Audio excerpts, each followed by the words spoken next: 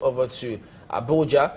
Our correspondent Amaka Okafor is standing by at the Federal High Court, Abuja, where the arraignment of the Senate President and the Deputy is scheduled to take place. Amaka.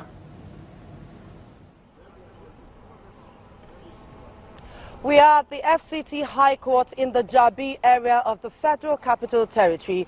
We're expecting the arraignment of the Senate President, Dr. Abubakar Bukola Saraki, and his deputy, Senator Ike Ekweremadu, alongside the former clerk of the National Assembly, Salisu Abubakar Mekasua, and the current deputy clerk of the National Assembly, Mr. Ben Efeturi. The four persons are to be arraigned on 2-count charges of forgery and conspiracy to commit forgery. Now, you know, there has been a back and forth between the executive and the legislature. While the legislature has accused the executive of overstepping its bounds and not respecting the principles of separation of powers, the executive says it is just carrying out its duty as enshrined in the 1999 Constitution.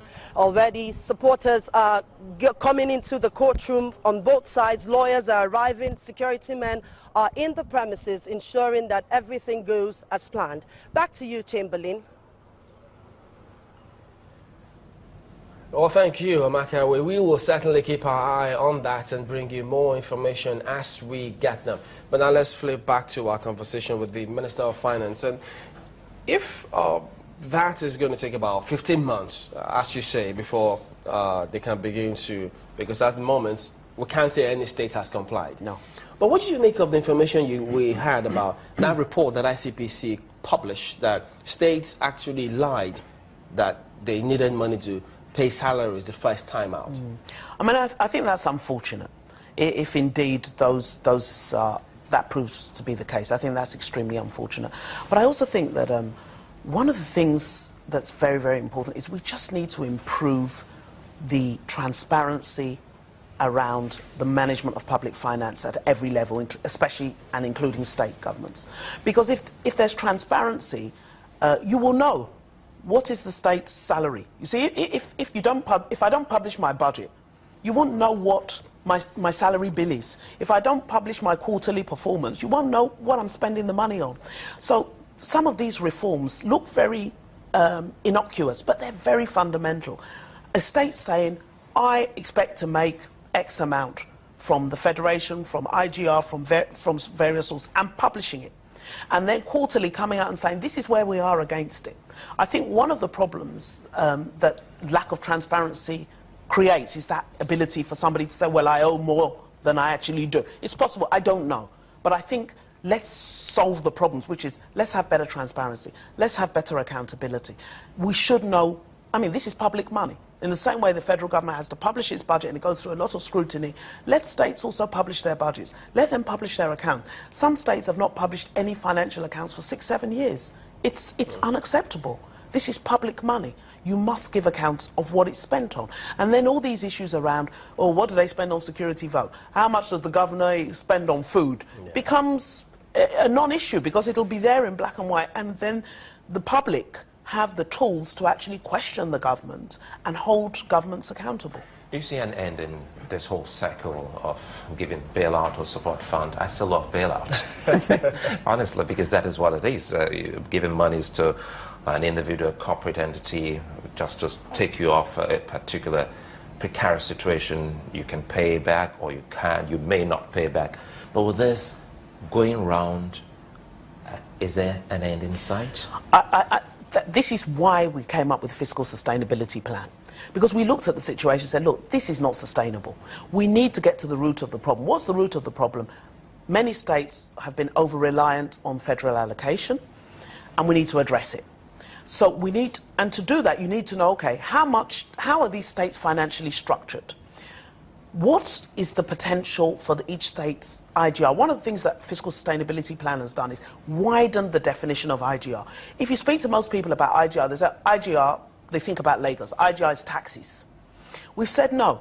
In your individual state, there may be nobody to tax. So asking you to go and collect taxes doesn't make any sense. So if we continue along that route, then the only source of revenue you can possibly ever have is federal allocation. And we've seen what's happened with oil price. That's not sustainable.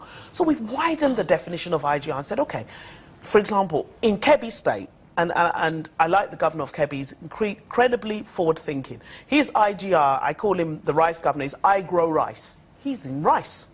In my state, there's no he's saying there's no private sector. What we have is the ability to grow rice. And they have gone into rice in a major way. And the federal and the state government is now the bulk buyer and trader in rice. That's his IGR. So different states are coming up with different creative ways to exploit the potential in their individual state. So what we want is all the states to be fiscally sustainable in their own way. Not every state's the same. Some states are going to be agrarian states, agricultural states, and the state now needs to drive that. So if you don't have a private sector initially, the state governments may have to provide proof of concept to say, look, this is viable. As they do so, the private sector will come. So I think that's very, very important. It's redefining what is IGR and then driving down costs. If I could pick up on that part, because how many of those 22 points or agreements do they have to meet? Because if they've got to privatize the public infrastructure or institutions, that will take a while. Yes, but they have to have a program for it. See, the fiscal sustainability plan is like a roadmap. It's a state government saying, by December, I would have cleaned my payroll. Some states have said, look, I cannot clean my payroll by December. I have regular meetings with all the commissioners, and we share ideas and share experience. One of them was saying he started cleaning his payroll. When he started cleaning his payroll, he discovered he had a 2-year-old nurse. You know, somebody had put a 2-year-old on the payroll and had been being paid for as long as that child had been alive. So some states are essentially already there, and some are not. But the whole idea is to bring everybody up to the same standard. Bring down your costs, set up your efficiency unit, clean up your payroll, comply with IPSAS, get a credit rating, stop borrowing from banks, move into the capital market, because again, that brings transparency. So all these measures are about transparency, about accountability, and about sustainability of the states. And if states comply, they'll be much better off. Is the federal government showing a good example in this whole area? Absolutely. We're leading from the front. Everything we're doing is what we have replicated and said they must also do. When you say you're leading from the front, can you itemize it a little bit? You've talked about the states publishing their books. Yes. Talked about the states cutting down on costs of Yes. travel. Talked about the states maintenance of government, for instance. Yes. So can you itemize possibly how the federal government is? Well, we've started, and we're increasing our revenues. I mean, Federation account last month was extremely gratifying for me, even though the figure was low. There was a 23 billion increase. Most of that was taxes. It wasn't oil.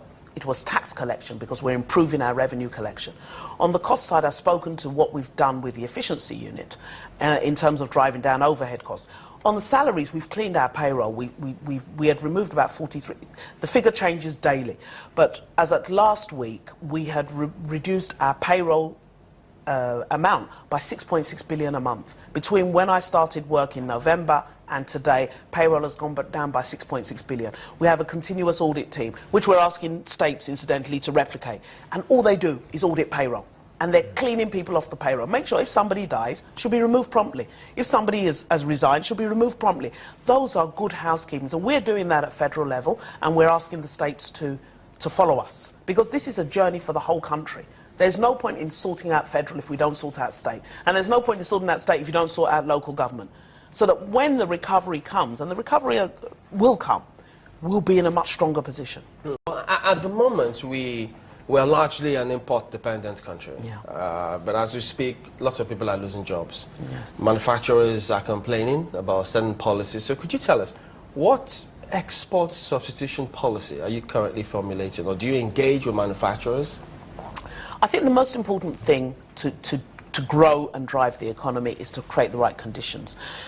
On the fiscal side, we had said we would stimulate the economy. We had challenges on the monetary side, but now we have the exchange rate mechanism, which the President alluded to in January, and it's now gone live. And I think that those are the conditions that are needed to get the economy moving again. We are spending. employers are, contractors are back to work. The Forex easing, the new policy will mean there's liberalisation, more Forex supply, which means some of the problems which caused the manufacturing to close down was access to Forex. So now there's access to Forex at a price, which I think everybody now understands is supply and demand driven. And so now manufacturers can begin to plan. I think the problem before was people saw that there's Forex available at 197, but I can't get it. And so there was uncertainty. Now there's clarity, there's one price, and people can plan their purchases accordingly. So we expect that many of those job losses will be reversed.